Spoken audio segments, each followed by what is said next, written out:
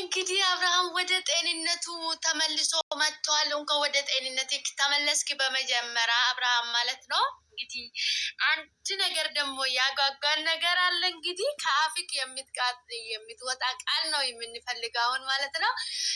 እንግዲህ ያው እንደነዛ መንደር እንግዲህ ጫን ጫን እያላችሁ ነው ንግግራቸው።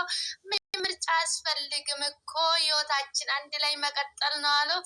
እንግዲህ አንድ ሰው የራሱን ህይወት ራሱ ነው ማወቅ ያለበት እንጂ ወይ አንድ ሰው በዚህ ኑር በዛ ኑር ብሎ አይደለም ማለት ነው። አንድ ሰው የሚፈልገውን ህይወት የመኖር ራሱ መብት አለው ማለት ነው። ወደ ፈለገበት ሄደው የመኖር መብት አለው ማለት ነው። ወይ ሰዎች እንዲህ አድርጉ እንዲሁን እንዲህ ፍጥረት ቁረጥ ስላሉ ሳይሆን አንድ ሰው የራሱን ህይወት ራሱ ነው የሚኖረው ማለት ነው። ሰላም ሰላም፣ ውድና የተከበራችሁ እኔ ውድ ቤተሰቦች እንደምን አላችሁልኝ? ደህና ናችሁ ወይ? ያለው ፈጣሪ የተመሰገነ ይሁን። እናንተም በያላችሁበት ቦታ ሰላም እንደምትሆኑልኝ ተስፋ አደርጋለሁ። ፈጣሪ ከክፉ ነገር ሁሉ ይጠብቃችሁ። ውድ ቤተሰቦች እንኳን ወደ ቤቴ በሰላም መጣችሁልኝ። እንዴት ናችሁልኝ?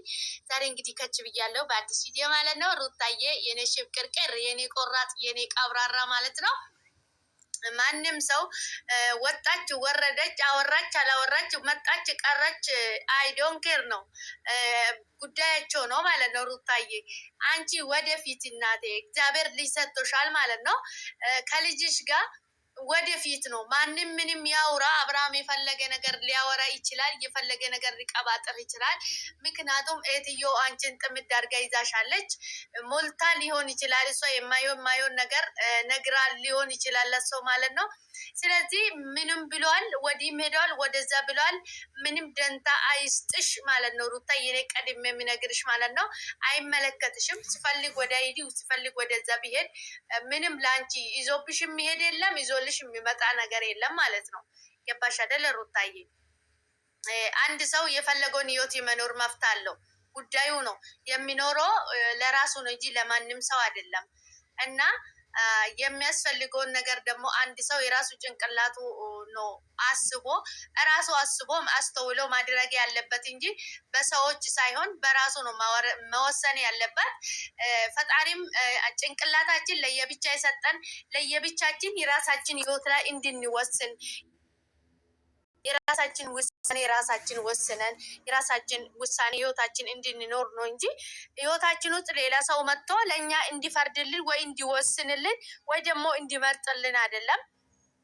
አብርሃም እንግዲህ በምርጫው እንደማይሳሳት ተስፋ አድርጋለሁ ማለት ነው። አንሸራቶ እንዳይወድቅ ነው የሚፈራው ማለት ነው። እንግዲህ አንዳንድ ጊዜ ሰዎች ስንባል የሚያስፈልገንን ነገር ትተን የማያስፈልገንን ነገር አማራጭ እናደርጋለን ማለት ነው።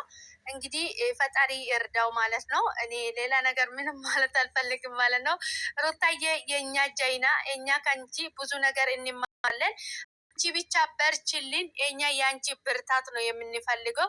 ሁሉ ጊዜ ዘና ፈታ ሽብርቅርቅ ብለሽ እንድትመጪልን ነው የምንፈልገው። እኛ ማንም ብንም ቢያወራ ቢያወጣ ቢያወርድ እኛ የሚመለከተን ነገር የለም። እኛ የሚመለከተን የአንቺ ሰላም የአንቺ ደስታ ነው የሚመለከተን። የሚያገባንም ይሄ ነው። በርችልኝ የኔ ውድ